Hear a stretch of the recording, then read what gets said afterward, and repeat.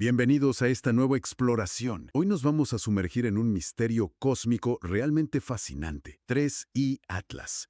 Es apenas el tercer visitante interestelar que hemos podido confirmar, ¿eh? Cruzando nuestro sistema solar. Imagínate. Y cuando el sistema Atlas lo vio allá por el 1 de julio de 2025, algo no cuadraba del todo. ¿Se movía? Diferente, ¿verdad? Exacto. Muy rápido, y su órbita, su camino, estaba como muy inclinado respecto al nuestro. No era lo típico. Precisamente, esa trayectoria, que llamamos hiperbólica, fue la primera gran señal. La prueba de que este objeto no era de por aquí. Vamos. Un viajero de las estrellas. Un mensajero, sí. Como encontrar una botella lanzada desde una playa cósmica desconocida. Son hallazgos increíblemente raros. Y valiosos. Y el corazón de este mensaje en particular parece girar, nunca mejor dicho, alrededor de un número, 16.79 horas. Su periodo de rotación. Suena simple, ¿no? Suena casi aburrido. Pero no, porque cuando un objeto que ha vagado millones de años por el espacio gira así, con esa precisión, ahí la cosa se pone interesante. Mucho. Porque esa rotación parece ser como la clave, el hilo que conecta un montón de características súper extrañas. Pistas que nos podrían llevar, fíjate, hasta los mismísimos orígenes del universo. A cómo se formaban planetas hace miles de millones de años. Es que estudiar estos objetos, como 3I Atlas, es como abrir una ventana a condiciones de formación planetaria que quizás ya no existen o que son muy distintas en otras partes. Son fragmentos de la historia de otros mundos. Exacto, cápsulas del tiempo cósmicas. Imagina poder analizar un ladrillo, no sé, de una casa construida en otra galaxia o en otro tiempo. Es algo así. Entonces, ¿cómo lo encontraron? Fue la red Atlas, ¿no? Sí, el sistema Atlas. Tienen telescopios en Hawái, Chile, Sudáfrica, peinando el cielo constantemente. Y el 1 de julio de 2025, uno de los telescopios chilenos, bingo, eso es, captó ese puntito de luz moviéndose raro y además, contra un fondo súper complicado, el centro galáctico, millones de estrellas, y se les había escapado antes. Pues sí, resulta que revisando archivos, otros observatorios como CTF, el Vera Rubin e incluso otras unidades de Atlas ya lo habían fotografiado. Semanas antes. Vaya. Pero nadie se dio cuenta. Estaba como escondido a plena vista, camuflado entre tantísimas estrellas de la Vía Láctea. Increíble. Y cuando lo identificaron, ya parecía un cometa. Ya tenía esa nube alrededor. Sí, y eso fue otra sorpresa temprana. Datos del Vera Rubin mostraron que el 21 de junio, 10 días antes del descubrimiento oficial, ya tenía una coma. Una coma, la atmósfera esa difusa. Exacto. Y ya medía más de 13.000 kilómetros de diámetro. Para principios de julio, casi 19.000 kilómetros. Creció rápido. Pero creo que la actividad empezó incluso antes, ¿no? Y más lejos del Sol. Mucho antes. Y mucho más lejos, sí. Hay imágenes del 22 de mayo donde ya se ve una coma, pequeñita. Unos 6.000 kilómetros. El 22 de mayo. ¿A qué distancia estaba entonces? A 7.1 unidades astronómicas del Sol. Eso es más allá de Júpiter. Tan lejos. Pero a esa distancia, el Sol calienta poquísimo. El hielo de agua, que es lo que suele activar nuestros cometas. Está congelado, sólido, como una roca. Entonces, ¿qué lo estaba haciendo despertar tan pronto? Si no era el agua. Esa fue la primera gran pregunta, claro. ¿Qué hielo, qué compuesto volátil se estaba convirtiendo en gas para crear esa coma tan lejos? No como Oumuamua, el primero, que parecía una roca inerte. Nada que ver. Oumuamua no mostró actividad. Y 3I Borisov, el segundo, sí fue más cometario, pero su química también era peculiar. 3I Atlas era distinto desde el principio. Incluso su color, ¿no? Decían que era rojizo. Sí, un color rojizo muy particular que además se hizo más intenso en julio. Otra cosa rara. Y su trayectoria, esa órbita hiperbólica que mencionabas. Bueno, confirma el origen extrasolar. Va a unos 58 kilómetros por segundo respecto al Sol. Demasiado rápido para estar atado a nosotros. Y se acercó mucho. Su punto más cercano al Sol, el perihelio, fue a finales de octubre de 2025, a 1.4 unidades astronómicas, un poquito más allá de la órbita de Marte. Pasó cerca de Marte entonces. Sí, en octubre, y luego cerca de Venus en noviembre, y se acercará a Júpiter en marzo de 2026 antes de irse de nuevo al espacio interestelar. ¿Y cuánto tiempo calculan que llevaba viajando? Las estimaciones apuntan a unos 4 millones de años, vagando por el espacio interestelar. 4 millones de años. Un auténtico trotamundos cósmico. Y ojo, otro detalle clave de su órbita. La inclinación, 62.4 grados. Eso es mucho, ¿no? Significa que no viene del plano donde están los planetas. Exacto. No viene del disco fino de la galaxia, donde estamos nosotros y la mayoría de estrellas jóvenes. Su camino sugiere que viene de zonas más viejas, quizás el disco grueso o incluso el halo galáctico. Zonas con estrellas más antiguas, con química diferente. Eso es, estrellas con menos metales. Y eso conecta con otras rarezas que veremos, lo que nos lleva de vuelta al enigma principal, esa rotación, 16.79 horas. ¿Cómo lograron medirla con precisión? Debió ser difícil. Fue un desafío. Se necesitaron telescopios muy potentes. El Gran Telescopio Canarias en España, por ejemplo. El GTC, exacto.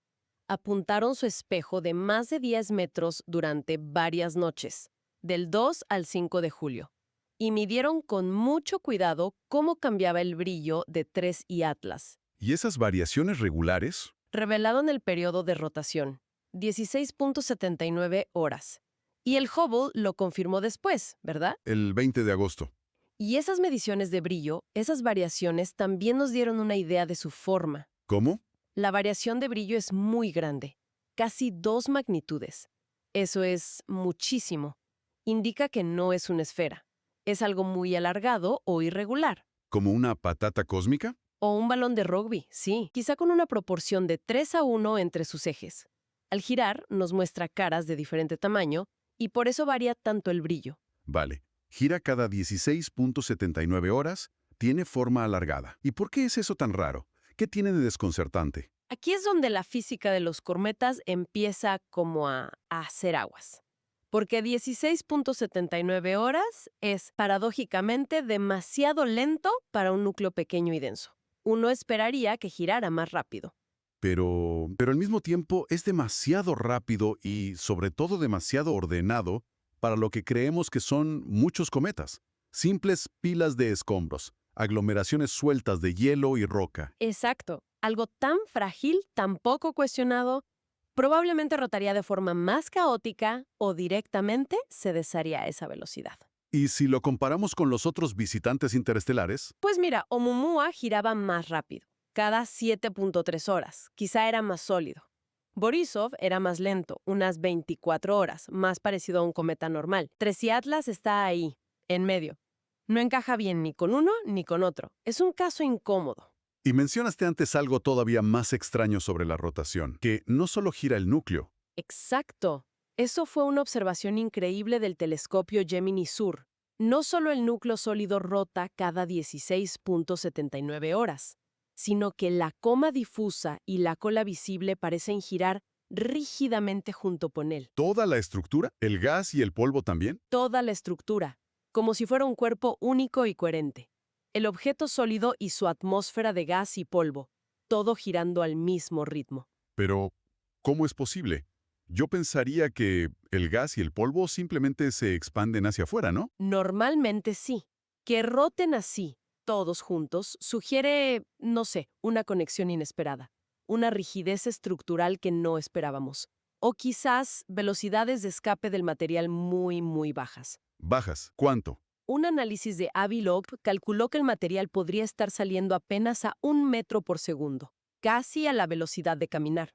Vaya. Y eso choca con otras cosas. Por ejemplo, no se pudo detectar con radar, lo que sugería una densidad bajísima, menos que el agua. Entonces, si es tan etéreo, tan frágil, ¿cómo puede mantener esa rotación tan estable y sincronizada de todo? Es una contradicción. No lo entendemos aún. Parece que cuanto más lo miramos, más preguntas surgen.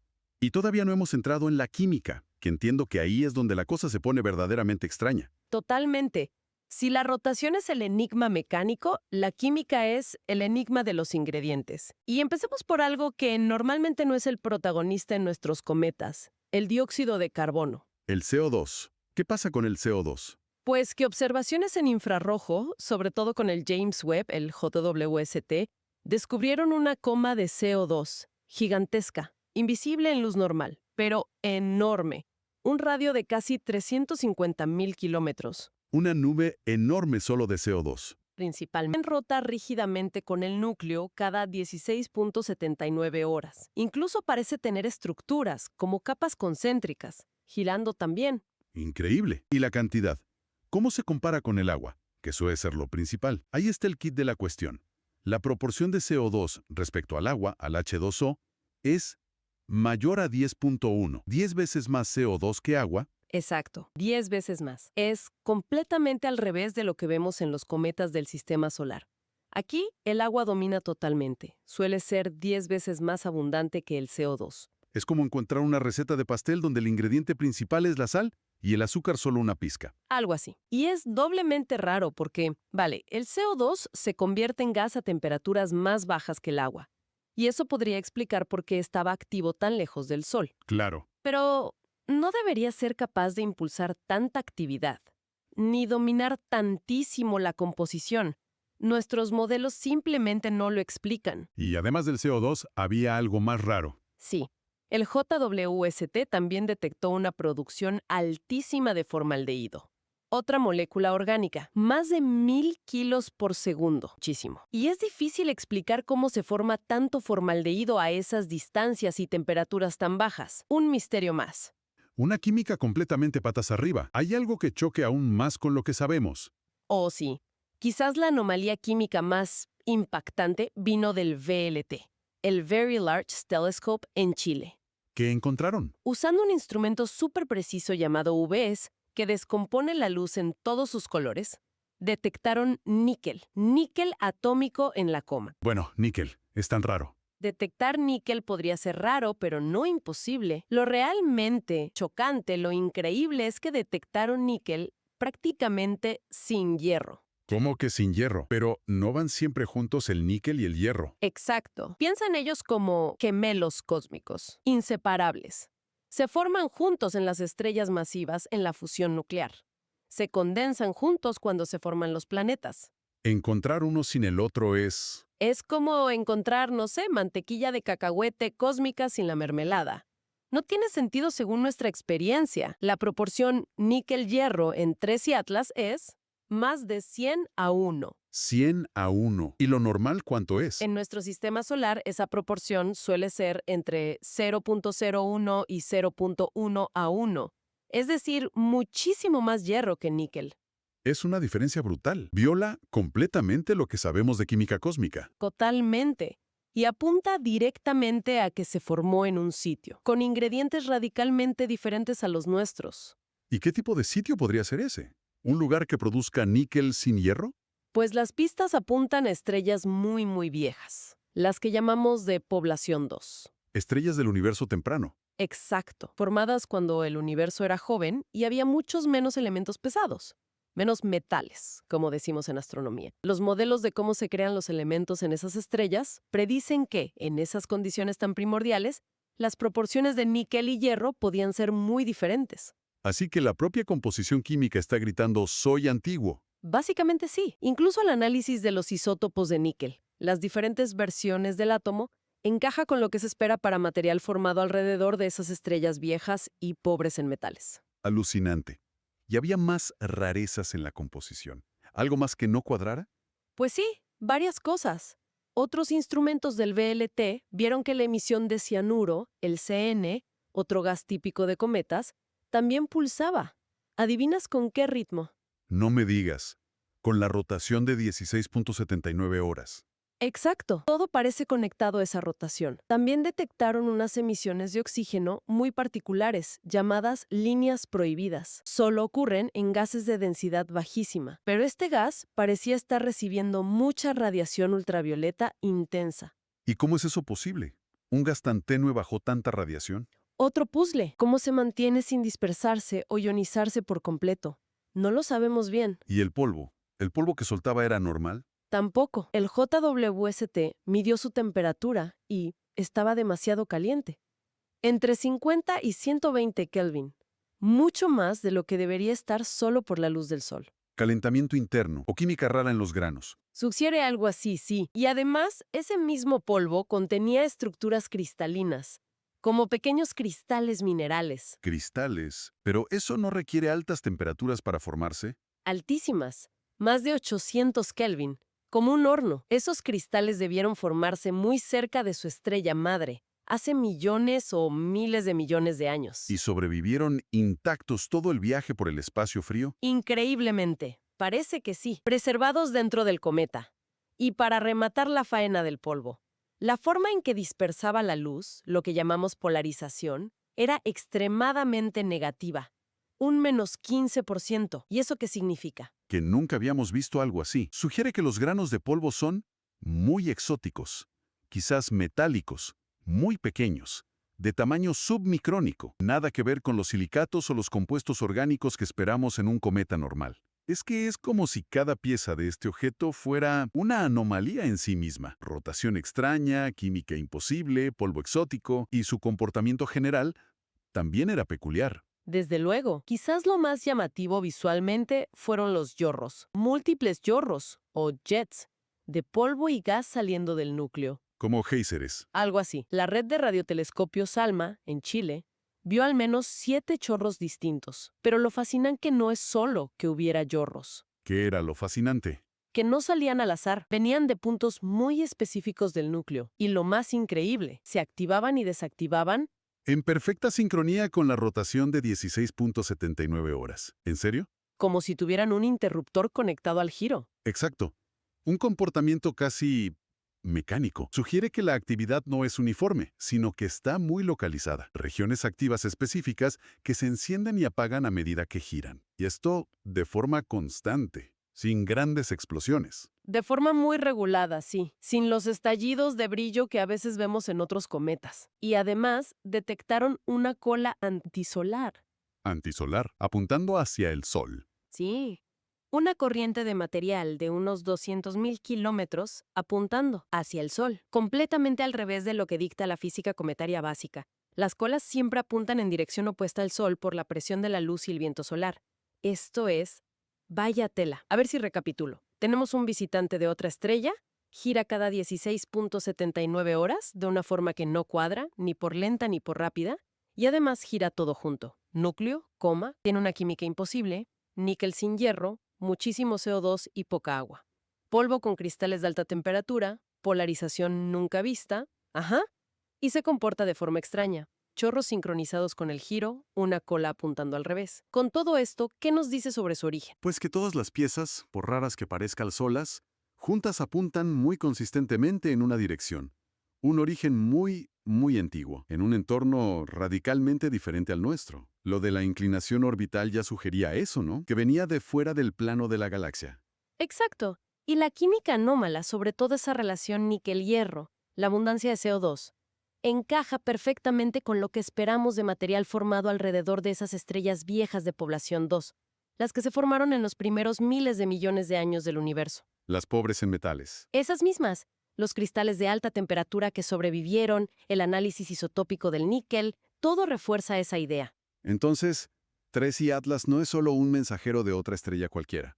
Es, potencialmente, un fósil del amanecer cósmico, un pedazo de materia primordial, formado cuando el universo era joven, que ha viajado preservado durante eones. Y la rotación, ese enigma de las 16.79 horas. Podría ser la clave de su preservación. Quizás esa rotación tan organizada, manteniendo la estructura coherente, limitando el procesamiento interno, quizás eso fue lo que permitió que transportara esa información química y estructural tan antigua, a través de miles de millones de años y distancias enormes hasta nosotros. Es absolutamente asombroso. Y pensar que detectamos más o menos uno de estos viajeros al año, y cada uno es tan diferente.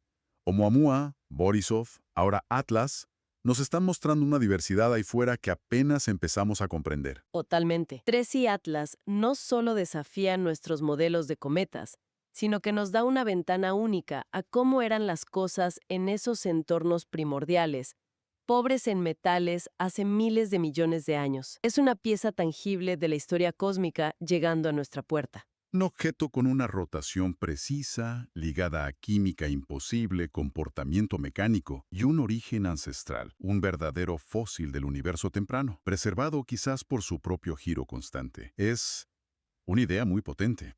La rotación parece ser ese hilo conductor que une todas las rarezas y que de alguna forma milagrosa ha protegido su naturaleza primordial durante tanto tiempo. Nos recuerda lo increíblemente complejo y diverso que es el cosmos. Y nos deja con esa pregunta flotando, ¿no? Si este objeto trae huellas químicas del universo joven, ¿qué otros secretos ancestrales nos revelarán los próximos visitantes que encontremos? Secretos sobre las primeras estrellas, cómo se formaron las primeras galaxias, quizás incluso sobre la química que pudo llevar a la vida. Exacto. ¿Qué nos dice toda esta diversidad sobre la posibilidad de vida en entornos muy, muy diferentes al nuestro? Esa es la gran incógnita y la gran emoción de esta nueva era de descubrimientos interestelares. Cada nueva mensajero es una nueva pista en esa búsqueda fundamental para entender nuestro lugar en el universo y la variedad de mundos posibles.